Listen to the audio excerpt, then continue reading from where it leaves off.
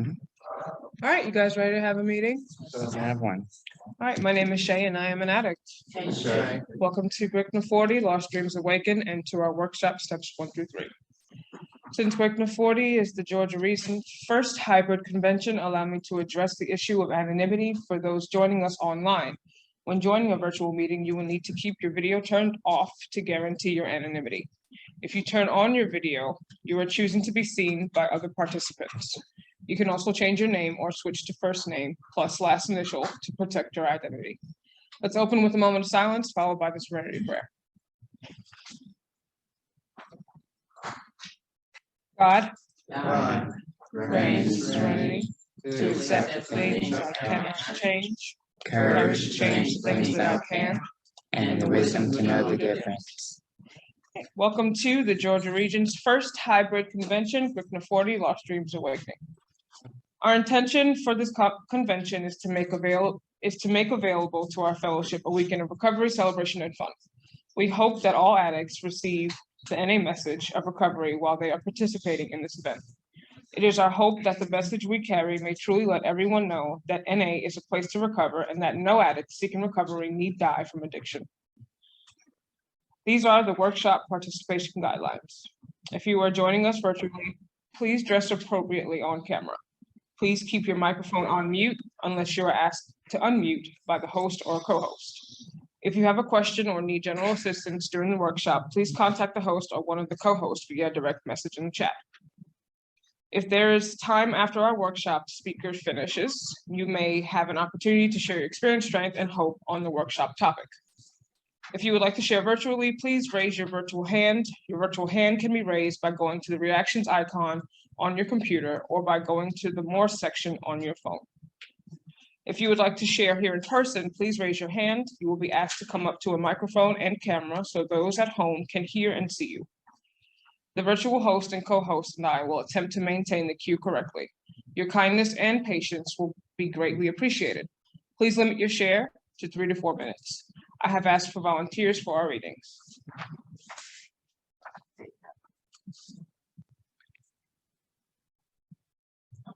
How it works. Hi, my name is Betty and I'm a recovery addict. Hey, Betty. How it works. If you want, we have to offer and are willing to make the effort to get it, then you're ready to take certain steps. These are the principles that made our recovery possible. 1, we admitted that we were powerless over our addiction, that our lives had become unmanageable. 2, we came to believe that a power greater than ourselves could restore us to sanity. 3, we made a decision to turn our will and our lives over to the care of God as we understood Him. 4, we made a searching and fearless moral inventory of ourselves. 5, we admitted to God, to ourselves, and to another human being the exact nature of our wrongs. 6, we were entirely ready to have God remove all these defects of character. 7, we humbly asked Him to remove our shortcomings. 8, we made a list of all persons we had harmed and became willing to make amends to them all. 9, we made direct amends to such people wherever possible, except when to do so would injure them or others. 10, we continue to take personal inventory, and when we were wrong, promptly admitted it. 11, we sought through prayer and meditation to improve our conscious contact with God as we understood Him, praying only for knowledge of His will for us and the power to carry that out. 12, having had a spiritual awakening as a result of these steps, we try to carry this message to addicts and to practice these principles in all our affairs. This sounds like a big order and we can't do it all at once. We didn't become addicted in one day. So remember, easy does it. There's one thing more than anything else that will defeat us in our recovery. This is an attitude of indifference or intolerance towards spiritual principles. 3 of these that are indispensable are honesty, open-mindedness, and willingness. With these, we are well on our way. We feel that our approach to the disease of addiction is completely realistic. For the therapeutic value of one addict helping another is without parallel. We feel that our way is practical. For one addict can best understand and help another addict. We believe that the sooner we face our problems within our society and everyday living, just that much faster do we become acceptable, responsible, and productive members of that society. The only way to keep from returning to active addiction is not to take that first drug. If you're like us, you know that 1 is too many and 1,000 is never enough. We put great emphasis on this, for we know that when we use drugs in any form or substitute one for another, we release our addiction all over again. Thinking of alcohol as different from other drugs has caused a great many addicts to relapse. Before we came to NA, many of us viewed alcohol separately, but we cannot afford to be confused about this. Alcohol is a drug. We are people with the disease of addiction who must abstain from all drugs in order to recover. Thanks for reading. I'm an addict called Jason. This is 12 traditions of NA. We keep what we have only with vigilance, and just as freedom for the individual comes from the 12 steps, so freedom for the group springs from our traditions. As long as the ties that bind us together are stronger than those that would tear us apart, all will be well. Number one, our common welfare should come first. Personal recovery depends on NA unity. Number two, for our group purpose, there is but one ultimate authority. Loving God as he may express himself in our group conscience. Our leaders are but trusted servants that do not govern. Number three, the only requirement for membership is a desire to stop using. Number four, each group should be autonomous except in matters affecting other groups or NA as a whole. Number five, each group has but one primary purpose, to carry the message to the addict who still suffers. Number six, an NA group ought never endorse, finance, or lend the NA name to any related facility or outside enterprise, lest problems of money, property, or prestige divert us from our primary purpose. Number seven, every NA group ought to be fully self-supporting, declining outside contributions. Number eight, Narcotics Anonymous should remain forever non-professional, but our service centers may employ special workers. Number nine, NA as such ought never be organized, but we may create service boards or committees directly responsible to those they serve. Number 10, Narcotics Anonymous has no opinion on outside issues. Hence, the NA name ought never be drawn into public controversy. Number 11, our public relations policy is based on attraction rather than promotion. We need to always maintain personal anonymity at the level of press, radio, and films. Number 12, anonymity is the spiritual foundation of all our traditions. They're reminding us to place principles before personalities. You're welcome.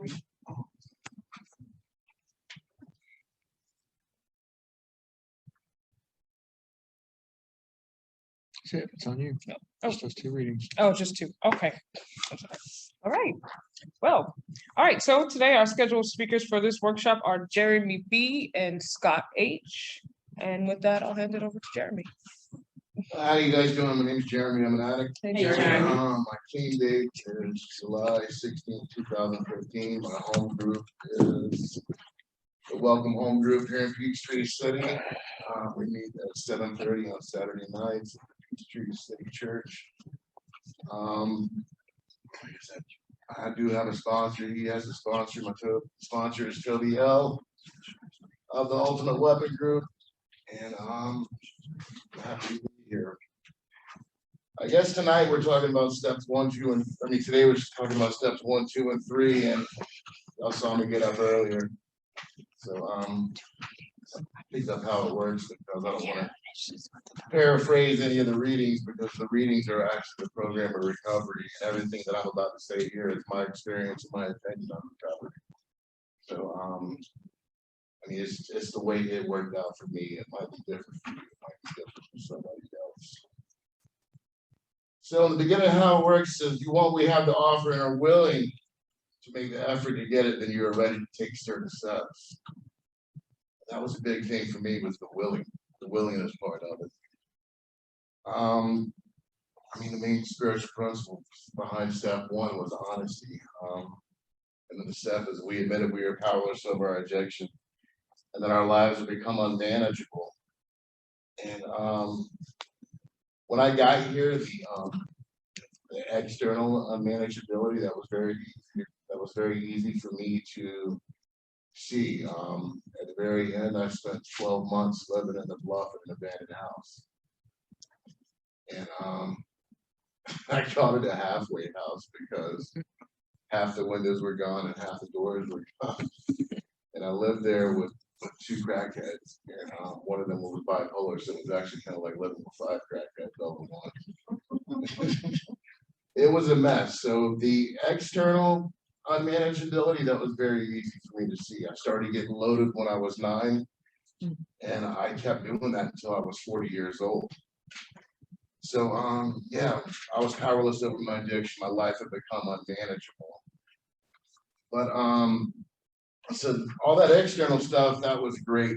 I could finally see that. I could finally admit to what I was doing. I finally was able to say, you know what? I knew I had a problem with the substances, but for years I thought I was going to be able to fix it on my own. But at the very end, I'm like, you know what? The hustle's over with. I can't do this anymore on my own. And but that internal unmanageability, I didn't even know what internal unmanageability was until I got into the rooms of Narcotics Anonymous and I started putting in some step work. That internal unmanageability started from the time I was a very small child. I can remember my life was great. I was born November 21st, 1974 in Lakeland, Florida. And I had an extremely great childhood until my little brother was born on July 6th, 1978. So for about 3.5 years, I got exactly what I wanted. I was the center of attention. I was my mom and dad's world, and everything revolved around me, and I loved every bit of it. And then my little brother was born, and all of that changed. And it changed for good reason. I mean, it changed because my mom and dad had a newborn in the house, but for me, that was different. It was like, And then another thing that, adding on top of that, being that I was born in November, at that time, during the Florida school systems, if your birthday was before December, they made you start kindergarten when you were 4 years old. So I got to kindergarten, and I was the youngest kid in class. My kids would pick on me about being the youngest kid. And then we would move around a lot. So I would always become a young new kid. At about 9, 10 years old, I got fat. So then I became the young new fat kid. Everything just multiplied. And eventually my parents split up and we moved up north. So I was the young new fat kid up in New Jersey. And there was always that one group that would accept me into their fold. And for me, the first mood mind altering subset of my body was a cigarette. I smoked that cigarette, I felt lightheaded, and all of a sudden I knew exactly when my grandma smoked cigarettes, because she felt like this every time she smoked a cigarette. And that was the people I ran with, because those were the people that would accept me in. I mean, they didn't care that I was a couple of years younger. All my friends were older at that point. And it went from something as innocent as a cigarette to it went to other things and other things. But I was good with that. I ended up dropping out of high school. I didn't drop out of high school because I was a full-blown addict by the time I was 17 years old. I dropped out of high school because I was lazy. That's just another character defect that I had, was lazy. And so I left school. And the one thing about substances before me is for a very long time, they actually worked. Substances for me were the great social equalizer. I could get loaded, I could talk to a chick. I could get loaded, I would think I knew how to dance. I could get loaded, I mean, I would get peace of mind out of getting loaded. And it worked for a long time. It worked up until from the time daily use for me started around 17, 18 years old. And that worked for me until I did my first bit of unmanageability, external unmanageability, came in my mid-20s. I got to the point where I was starting to become unemployable. I mean, I could always get a job, but I'd be changing jobs quite often. I was good at my job, which was the only reason they kept me around, because I could get 3 days worth of work done, 5 days worth of work done in 3 days. But I did that out of necessity, not because I was a great worker. I did that because I was blowing off work on Mondays or Fridays and never showing up. So I had to perform well just to keep employed. But And that first bit of external unmanageability, it came when I was about 25 years old. I was working for a company and they got sick of my shit. They hit me with a drug test. And that's when I got my first geographical change. I moved from there, I went to New Jersey. Because at that time, I just had a problem with substances. There was this one substance that I had a problem with that got made in the bathtubs of all the trailer parks and set all these trailers on fire. And I'm like, you know what, I can go up in New Jersey because they don't have that stuff there. And I went to New Jersey and the only thing that happened was my addiction. It actually manifested into something else. I went from a daily user of that to becoming a daily drinker at a neighborhood pub because little town I grew up in New Jersey, and in New Jersey, they had the wonderful little neighborhood pub. You go in there, you could run a tab all week long, you could cash your paycheck there on the weekend. And there was 4 or 5 other little pubs within a walking distance. And somehow I managed to somewhat, I thought I was getting my shit together, but I was actually confusing social acceptability for manageability. I had a good job. I was in the union. I was making great money. I was doing all these things that looked great on the outside, but my life was still in turmoil on the inside. I still didn't have genuine relationships. Every time I would get close to somebody, it was like I would absolutely just get a resentment so I could push them further away from me because it was easier for me to get mad at you and push you away from me and start a fight so I don't have to deal with you anymore than it was for me to get hurt. I didn't even realize that's the thing that I was doing until I got into here. Eventually all of that ran its course. But within 9 years, I got to the point where I was so unemployable I couldn't deliver pizza. I was sleeping on my mom's couch. My old gag was, hey mom, can I come stay on your couch for a couple of months till I get my stuff together?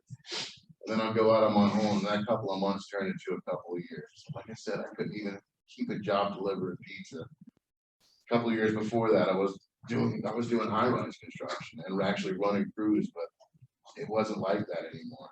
I actually got the same vehicle repoed 4 times. I got it back a couple of times, and that stupid show Repo Man came out, and I learned how they worked in the state of New Jersey, so I didn't get it on the 4th time. So in October 2009, I actually drove down here.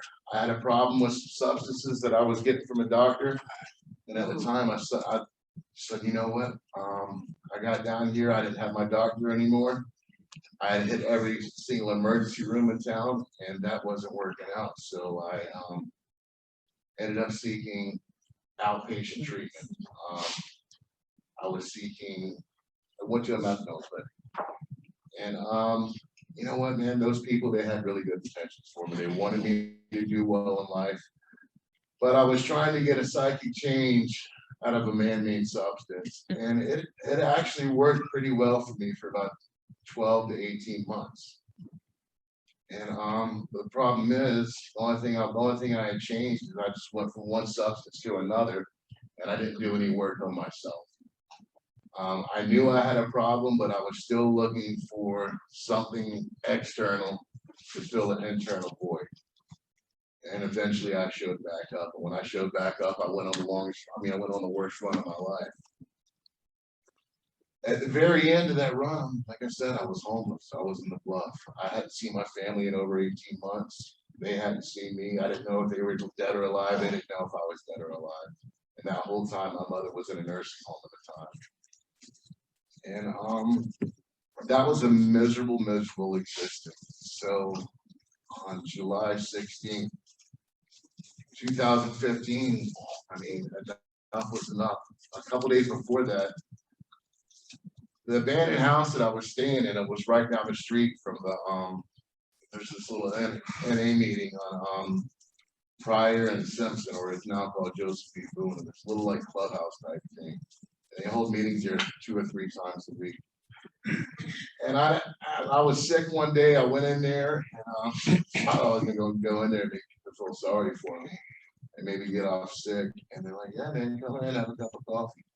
You want a cigarette?" I'm like, "Yeah, how much?" They're like, "Because you don't get free cigarettes now. They're like 50 cents.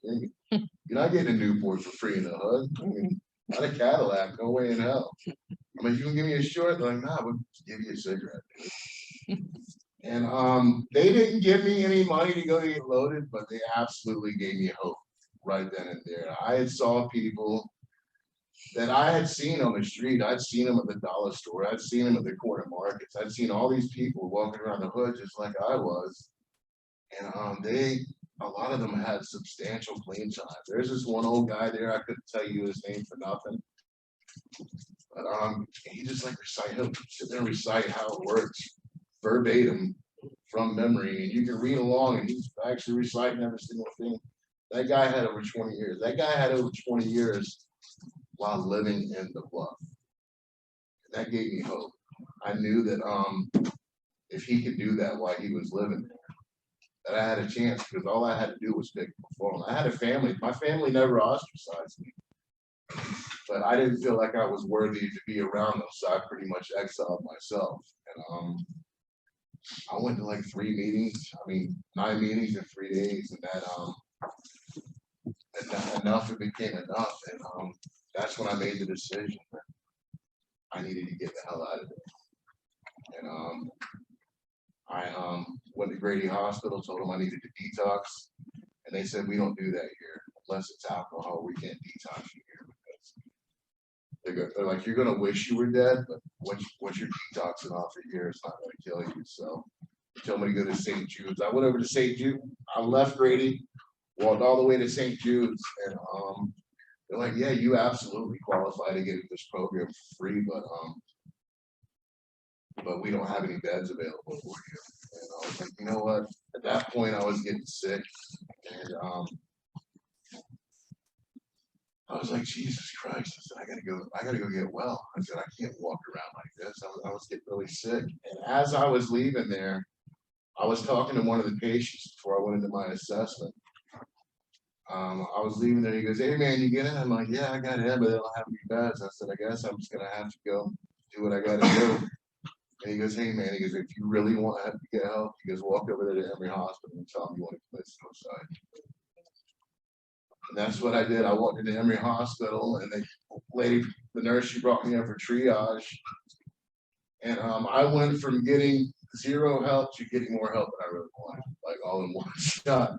I went in there, told them I was suicidal, and within 5 minutes, there was 2 Emory policemen, and they're like, "We're not here to arrest you. We're just here to search your bag and all that stuff." And they took away my clothes, gave me some paper pajamas, and some of those wonderful little booties with the rubbers on the bottom of them. And that was it. The first thing I did is I crashed out. I crashed out in that hallway because for about probably 10-12 hours, just there wasn't even a bed for me in the hospital, but because I told them that I was suicidal, they couldn't release me, so they put me in one of them hospital recliners in the emergency room hallway.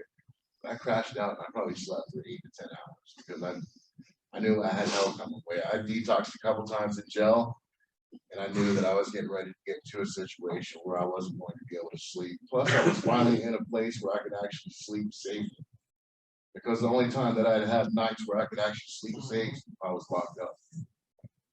And it had been like that for probably a little bit more than 18 months. And I woke up the next day and I called my brother. He was actually working at another hospital down the road. And that was how I formally worked step 1 before I even got into the realms. All that being said, once I got here, I got a sponsor, and we actually started formally working the steps. And we got through step 1. We got through those 69 questions. And he said, "Congratulations, because you admitted that you're powerless over your addiction and your life's unmanageable." He goes, "But we're not even into the solution yet." And the solution, and he's right. All I did in step 1 is extremely important. But for me, step 1, there was absolutely 0 solutions. The solution comes through the next 11 steps. All I did was I admitted that I was powerless over addiction. My life had become unmanageable. Then step 2, we came to believe that a power greater than ourselves could restore us to sanity. I started getting loaded at such a young age that I really didn't know what sanity was. For me, step 2 was I came to believe that I was powerless. I came to believe that a power greater than myself could show me what sanity is, because like I said, I started at such a young age, and then I got into heavy drug use before I was in my 20s. So my whole adult life was insane. And I had actually been to a meeting probably a year and a half, 2 years before, because a buddy wanted me to go with him because I was couch surfing with him. And I was able to admit step one in my head, and then step two, I can't believe the power greater than ourselves to restore us to sanity. I was like, man, that sounds like some God shit. And I didn't want anything to do with that at the time. I believed in God at the time, but we weren't on good terms. And a lot of that was from my upbringing. But through working this stuff with a sponsor, we get to step two. I'm like, oh, here we go. Here's the God step. He goes, dude, what? He goes, read that again. So I read it. We came to believe that a power greater than ourselves could restore us to sanity. I'm like, yeah. He goes, where did you read God in that statement? I was like, well, I know what they're talking about. He goes, no, it says we came to believe that a power greater than ourselves should restore us to sanity. Now we came to believe that God will restore us to sanity. And that left the playing field very open. Yes. And that was just me being a resentful addict, because it's not that I didn't believe in a power greater than myself.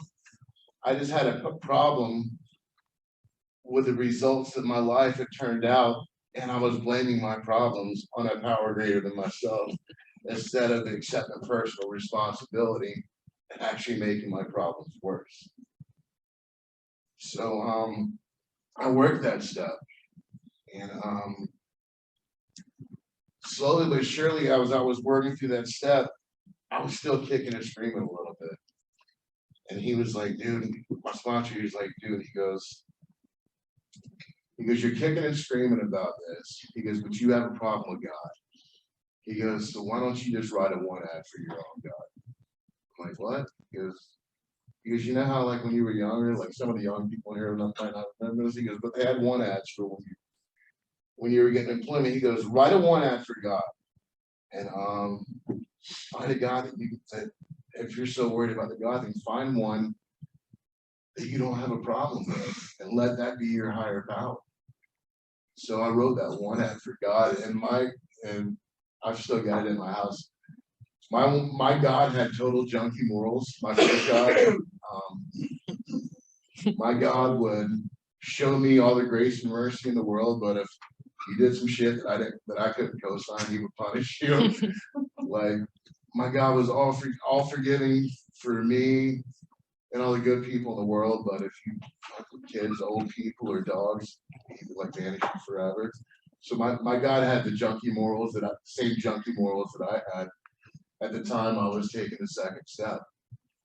And but you know what, man? I mean, almost 7 years later, it worked for me.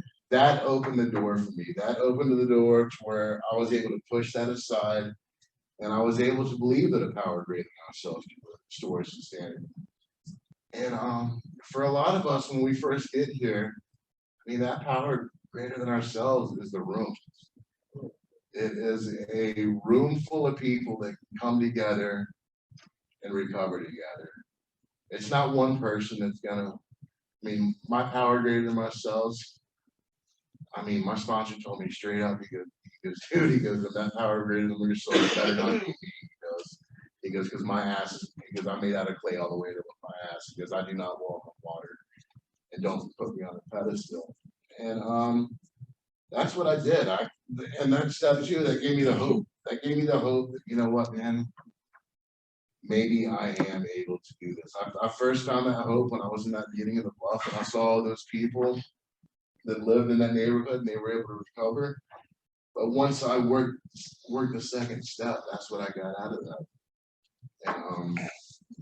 And thank God for that. To this day, I still, I mean, on top of the flat book, I still have my sponsor each write a one ad for God. And it just makes things a lot easier, because I mean, we sponsor the way we were sponsored, at least I did. And then we get to step three. We made a decision to turn our will and our lives over to the care of God as we understood Him. And that's the big thing, as we understood him. And step 3 was huge for me. The way I was raised, the church I was raised in, I was taught from a very young age that God rewards good and he punishes bad things. And as long as you do what you're supposed to do and you pray every night, your life is going to be so great. And then at 11 years old, my grandmother died in the middle of the night in her sleep. And I didn't get that because I would pray. I mean, at that age, I was praying for her every single night for God to take care of them. And then like, he took my grandma from me. And when he did that, I'm like, you know what, man, I just must not be. It was weird. That's where I first got my resentment towards God at. And it doesn't work that way. I mean, that's just not what it is.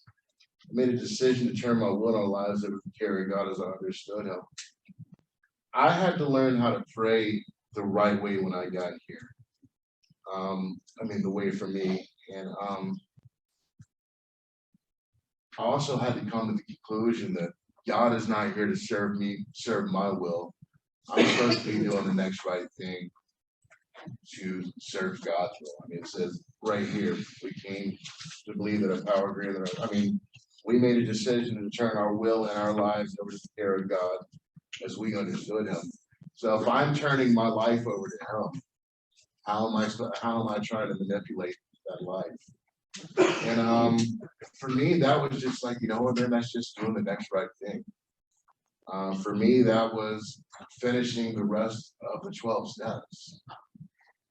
And I mean, it says in that one prayer right there, take my will in my life, guide me in my recovery, show me how to live. Show me how to live.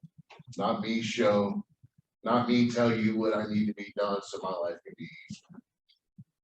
And that was a game changer for me. Once I learned how to pray that 3rd step prayer, my life got a lot better. Once I learned to actually break down the serenity prayer line for line and do what it says in that serenity prayer, my life got simplified a lot more because it wasn't all about my will. I learned very young in recovery that my will and, I mean, recovery is great when your will and God's will is lined up. When I'm getting my way, God's will is great. It's those times when I'm not getting my way. It's those times when 2 years ago, when my mother was in ICU completely septic, and I mean, they were about to put her on dialysis. I didn't pray for her one time to get well. My prayer every day was, God, please show me your will and just help me to be good with it. And that's been a huge game changer for me. Turning my will and my life for the care of God is my understanding. It hasn't always been easy. Somebody's like, well, how do you know what God's will is? And I still couldn't tell you what God's will is, but I can usually tell you what God's will isn't. And what God's will isn't is when I'm getting ready to do some shady shit, and I feel that knot in my stomach, because that's my teller. It's not my heart, it's not my head. It's when I'm getting ready to do something and I feel that friggin' knot in my stomach. That knot in your stomach is like, you know, you go some shady shit. No need to be doing that.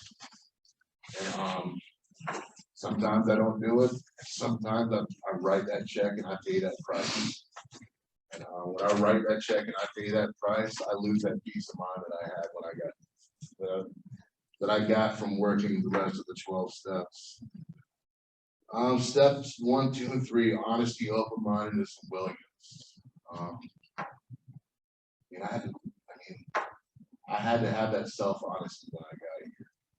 I had to become open-minded to actually try something different. And the biggest thing that I was trying different was working on my spirituality, working on living a life. These are the principles that made our recovery possible. I was actually willing, open-minded enough to try to do something. based on spiritual principles. And then I became willing, and then I was putting in the work to do it. Once I became willing, my life got better. I see it happen all the time. People come in, they want to work the program of recovery by osmosis. Want to work the program of bullshit coffee. Want to come in, get some coffee, go to the meetings and sit back there and not do any work. The program of action didn't work.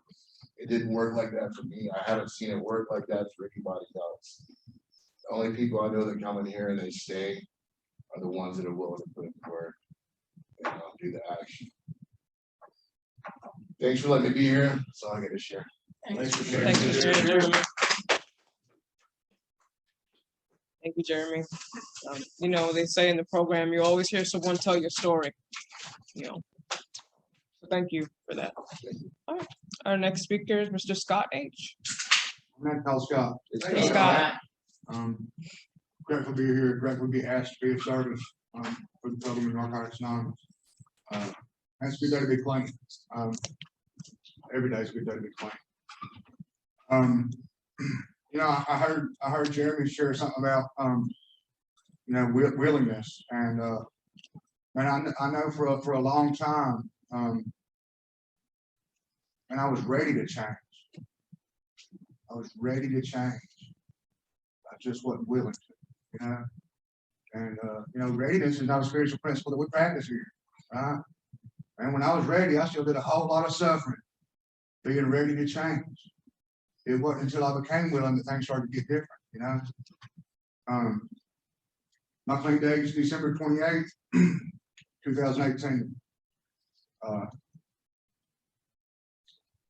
My home groups, the New Way to Live group, we meet at 330 Walker Street, Resaca, Georgia, at 7:30 on Thursday nights.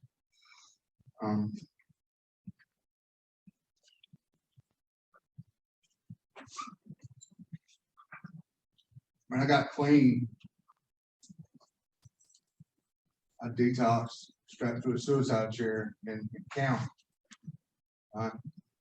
And I was 40 years old. I never caught a charge till then. Right?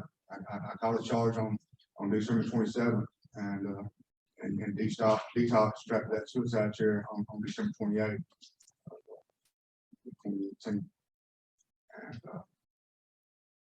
man, I don't know about you, but I know that if you're an addict like me, man, anytime I try to get clean, like man, if I think back to whatever it took to get me to where I was at right then, where I was ready to get clean again, that was as good as it was ever going to get from me. Each time, right?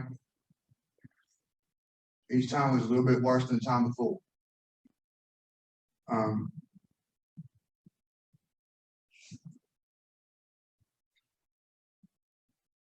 And I don't know, man, that and I've got experience being homeless in my own home, right? Having a roof over my head, having a wife and kids that told me you can be here, but you need to stay in the garage. You come inside and you shower when the kids are not here and when I'm at work.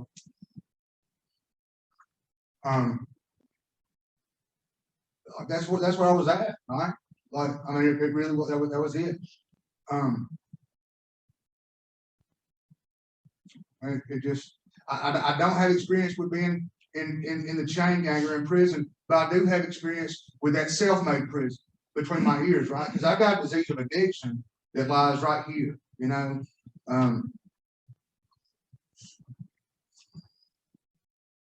We admit that we were powerless over our addiction, our lives become unmanageable.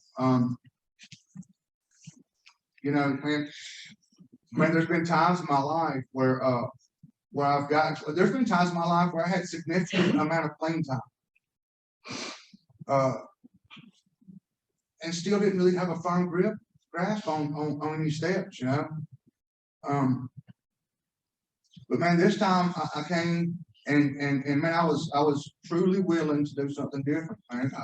Just the chaos, the hurt, the unmanageability, all that stuff had just become so great that I was willing to change, you know. So, man, I asked my sponsor, the sponsor, and he'd seen me around prior, and he'd heard me share some real profound stuff, but he knew me well enough then, like, you know, how we can, like, man, I can spot a bullshit in here, right? Like I can. And chances are y'all can probably spot one also, right? Well, man, my sponsor, he knew that's what I was, right? I could share some real profound stuff, but man, I wasn't really doing anything, right? Previously, prior to this time. So man, I asked him to sponsor me, and man, I won't forget his first question to me was, it wasn't yes or no. He asked me the question. He said, "Are you going to work some steps? Are you going to work some steps?" Because if the answer is no, then no. There's like, I'll be your friend, I'll be your buddy. We'll go have coffee, but I can't sponsor you because if you're not willing to work, like a sponsor is a guide through the steps, right? No more, no less. That's what it is. And I said, yes. And then he gave me my first assignment, call me every day for 30 days, start reading, you know, step one of the basic text, 30 days in a row. If you miss a day, start over, that type of stuff.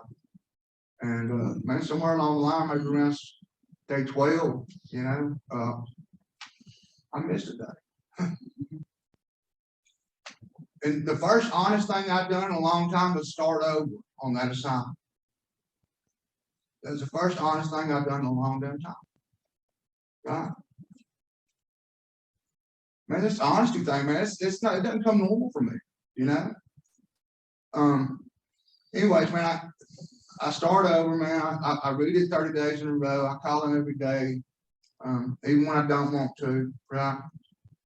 I start writing. And we get together and go over this first step. And, you know, man, honesty and acceptance. Spiritual principles in step one. You know, the honesty is the first part. You know, it says we admit that we were powerless over our addiction, but then there's a comma, right? Well, to me, like English says, like, man, like there's something that comes after that comma, right?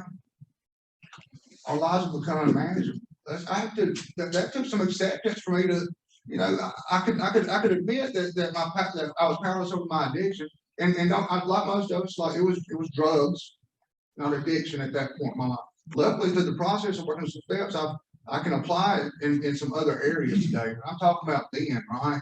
But that comma, like, man, it took some acceptance for me to, like, I could be powerless over it, but it took some acceptance for me to practice to realize that my life had truly become unmanageable. And we went over it, you know, and then we talked about some honesty and some acceptance.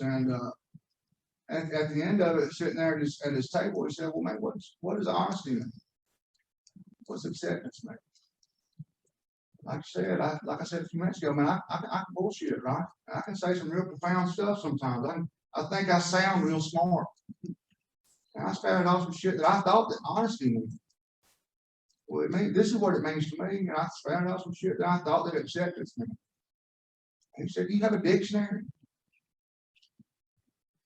I said, "No." He said, "Well, hold on a minute, I'll be right back." And he comes back in there with an old, you know, older than I am, big book about like this. Webster, Merriam-Webster dictionary. He throws it down the table and said, "Now you got one. Don't leave home without it." Because if we're going to say that we're practicing honesty and acceptance, then we're going to, by God, know what it is, right? Like I might be thinking I'm practicing honesty or acceptance, and really not, because what I grew up thinking honesty is not really what it is. What I grew up thinking acceptance is not the definition of it.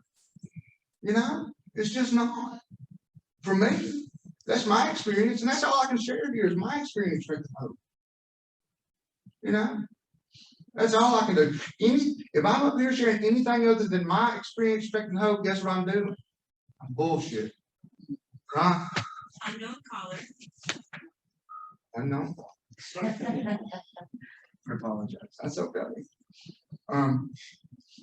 I can accept that. That shit used to piss me off. I'm just gonna be honest with you. No, I'm just being honest with you. Shit like that used to really piss me off in a meeting. It did. I told him. No, it's okay. It doesn't anymore. Today I can practice acceptance. Today I can practice acceptance for that, right? Like we're not all like just because I'm clean don't mean I'm perfect. It doesn't. Leave it to the wise. Somebody you know. Just because I'm clean doesn't mean I'm perfect. And sometimes I forget that. Man, I'm gonna share, man, last night we were in a meeting, a topic meeting in my home group, for Sacker, and man, I don't know. I do know, it was probably a God thing, right? But the topic came out of recovery and relapse. Which is the chapter on basic text, for those of y'all that don't know. And it says, it was just like 4 sentences. You know, and I'm not real smart, like I can't paraphrase and quote, tell you what page it come out of, but it did come out of recovery and relapse, I do know that. And it said something along the lines of staying clean must come first. Without staying clean, recovery is not possible, right? Like, man, I can be clean and not be in recovery, but I can't be in recovery and not be clean. I can't. I've tried that stuff. Once upon a time, not this time. Like I said, this is not my first time. I'm not a one-chip wonder. I've got many white key tags.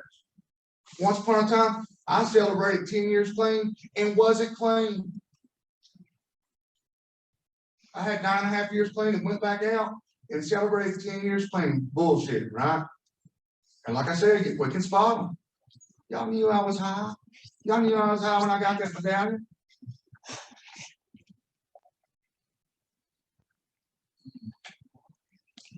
Sick, man. It's sick.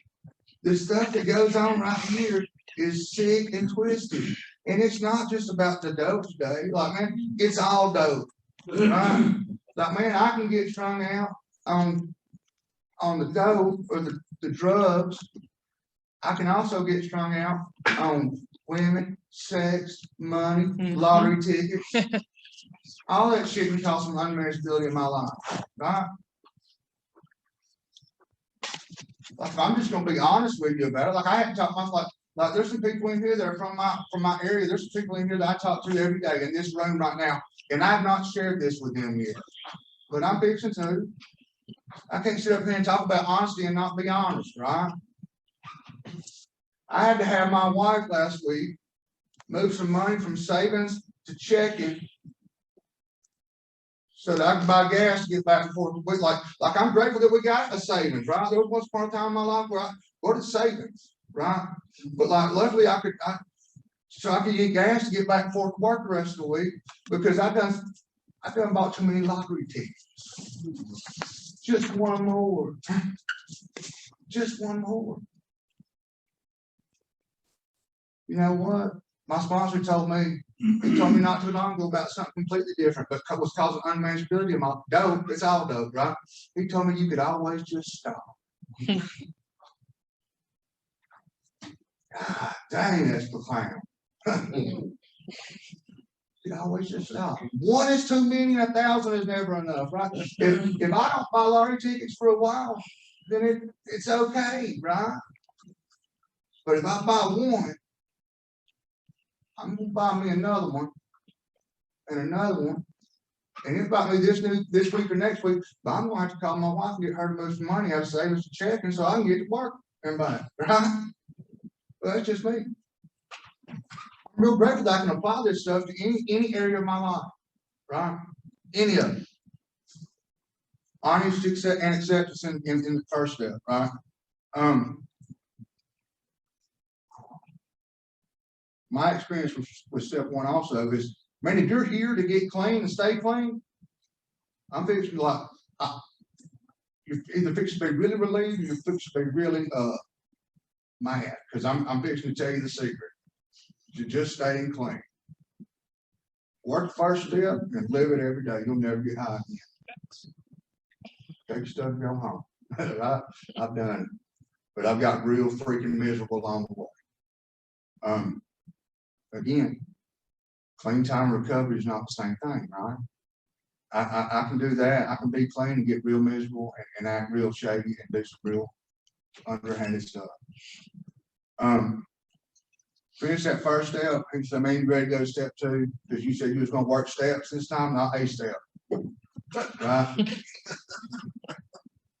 Let's go to step 2. Hope. That was another one where, you know, like, man,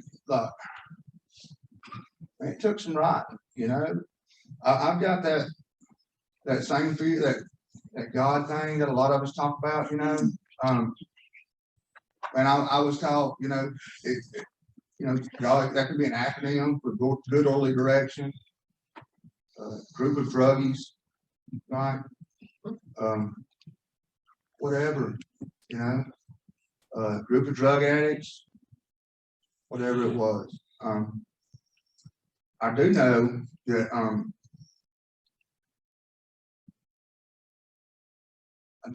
man, coming here and getting a little bit of time under my belt and learning, like, man, my sponsor pointed out to me that I need to know what this stuff really means. Like if I'm going to practice honesty acceptance, and I better know what it really means. Like, man, that probably was the first sign of hope for me. Was like, man, he cares enough about me not to call me on my bullshit, right? He cares enough about me to like tell me, okay, like, let's really do this. Like, let's not just do a version of this. Like, let's do it, right? So man, I gained some hope in there, and man, I'm sort of gonna like brush over step 2. I don't know how much time I got left. I was told I had like Got plenty of time. 20 minutes, 25 minutes. I'm a long-winded person, right? I like to hear myself talk sometimes. I just do.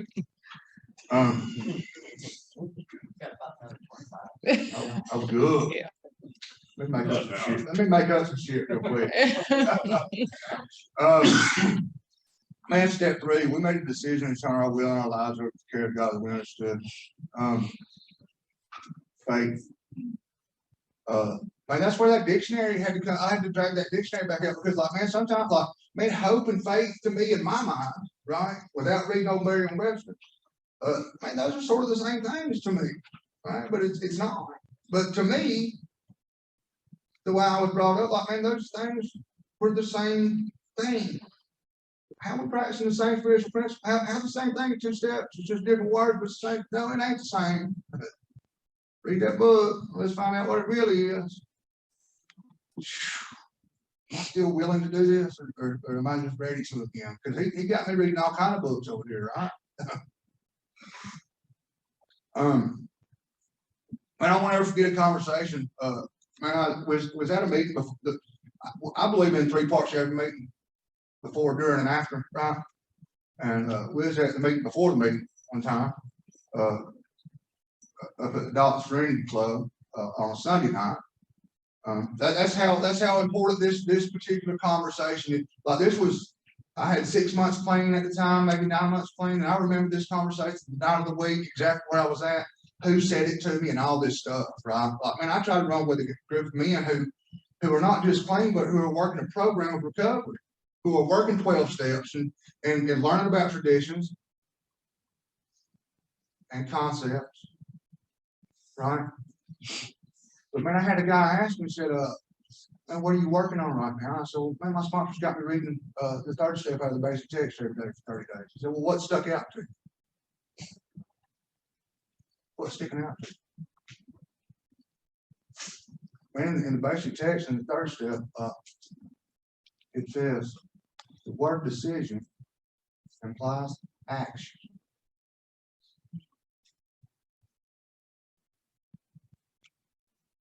Which tells me that I better get ready to start doing something.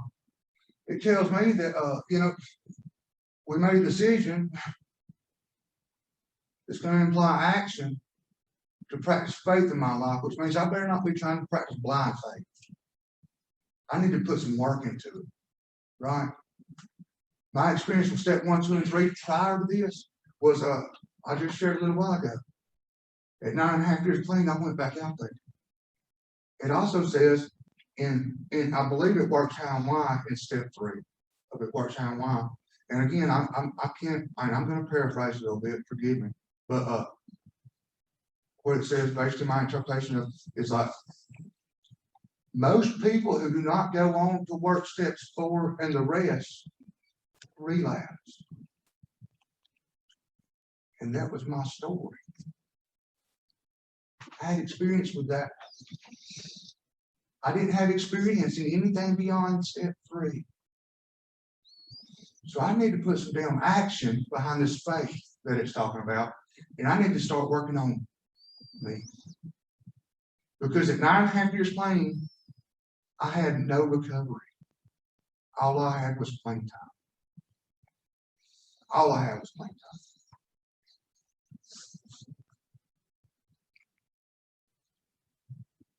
So man, the real work for me comes after step 3. Like, man, the steps are in order for a reason. We all hear that, right? We all hear that. You know, I shared in a meeting not too long ago, like man, I think that part of the reason that man, I can't be practicing faith, right?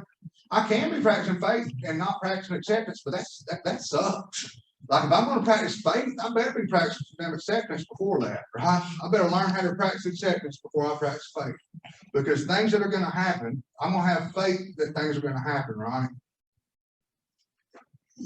And they might not always happen the way I want them to, but they're going to happen the way they're supposed to, which means I need to accept that, which is probably the reason that acceptance comes in step 1, right?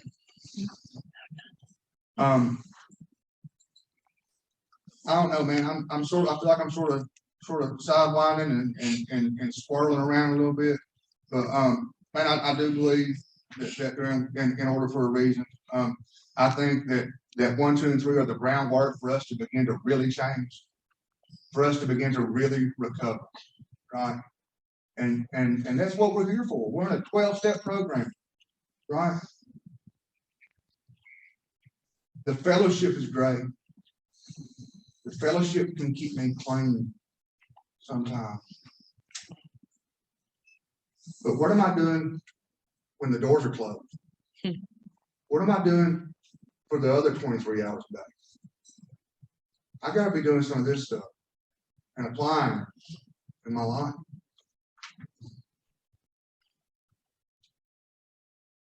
Another thing we have to do, and that my sponsor has me do, is like, man, not just learn what it is and what it means, but also how to apply it, right?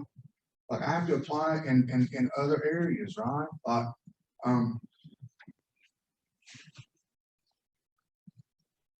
and people in here that know me know some of the things that I've been through clean. The self-inflicted pain that I've caused clean recently.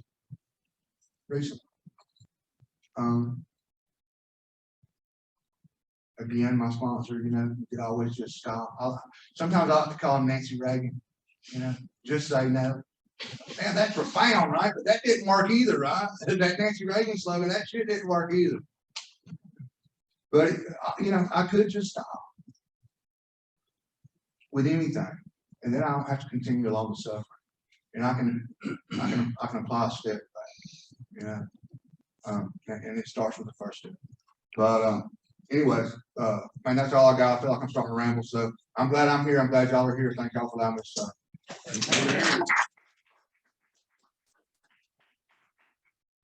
All right. If anyone wants to share, we have time. Online or in here.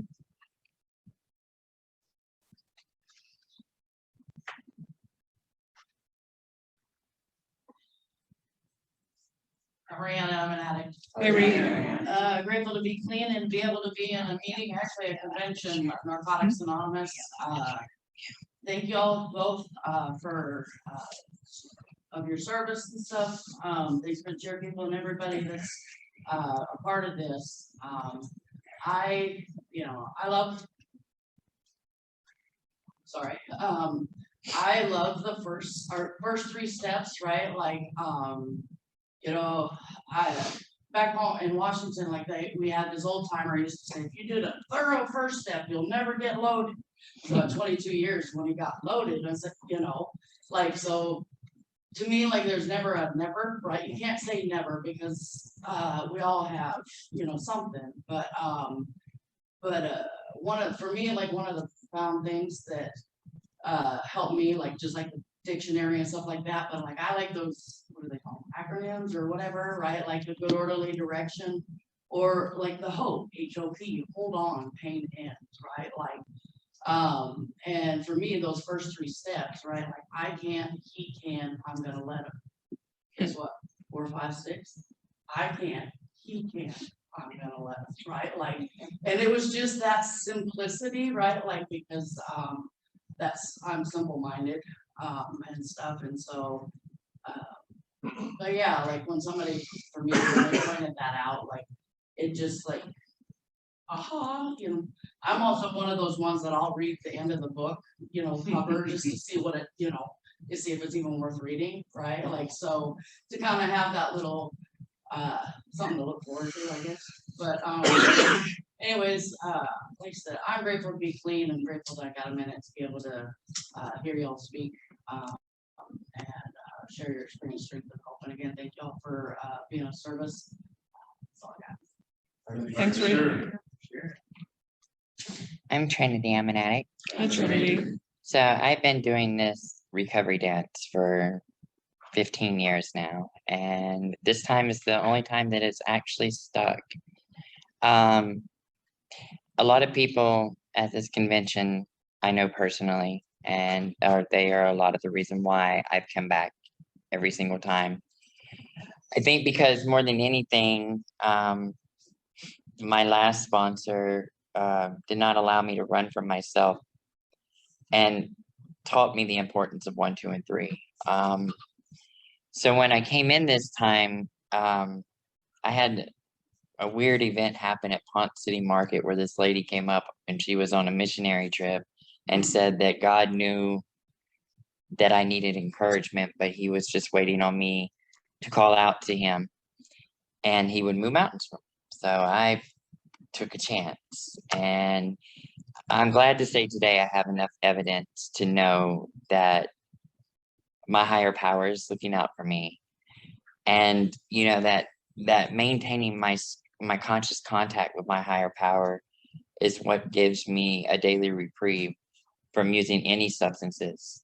And it's also step 1, 2, and 3 that gives me an adequate inventory check on whether or not I'm maintaining my clean time the right way. So if I don't go to a meeting for 4, 5, 6 days to 2 weeks, I start getting a little loopy, a little crazy, and then my character defects start showing. The moment I see one of my old famous character defects come out, which is usually anger and the desire to fight, I know that it's time for me to do some maintenance. And that is usually dropping to my knees, praying, meditating, and taking my butt to the nearest meeting I can find. You know, woohoo, haha moment. Ironically, it works. And, you know, I think that it took the leveling of my ego for me to become willing, and Category 5 hurricane did that for me. When I woke up the next morning and saw the sunlight, I was like, okay, God, you have my attention. And I made my way back home to Atlanta. I'm grateful for the clean time I have now. I'm grateful to have a connection with a higher power. And I am more beyond grateful for the woman that he has turned me into. But I think to me, 1, 2, and 3 is very important because they initiate action. So that's really all I have on that. I wish I would have paid attention a lot sooner, but I'm glad that I have people in NA who have loved me. And even though I was anything less than hell on wheels, I had great role models to look at that helped me come back every single time. And hopefully this will be the last time I have to come back. Thanks for sharing. Thanks for sharing. Pleasure. Hey, I'm Jeffy. I'm an addict. Hey, Jeffy.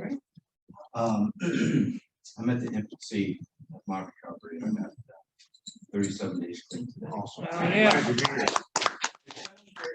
32 of those days was the rehab done was but I am 37 days clean. Oh, yeah. And so I got back home on Monday, early Monday morning, 1 a.m.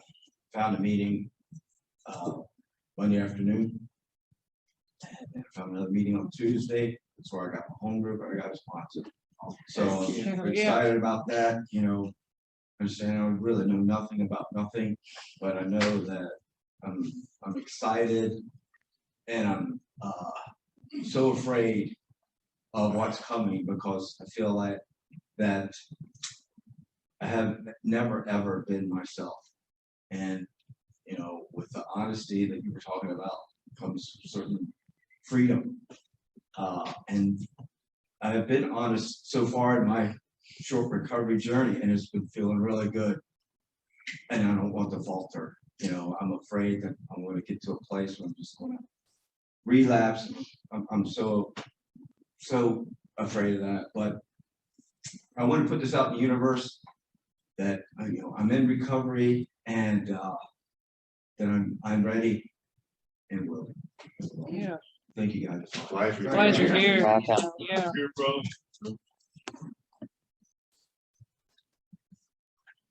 Does anyone online want to share?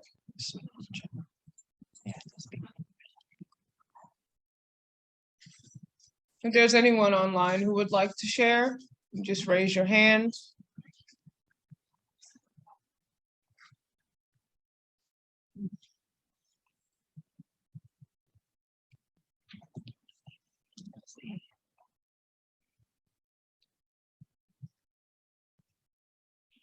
Anyone else?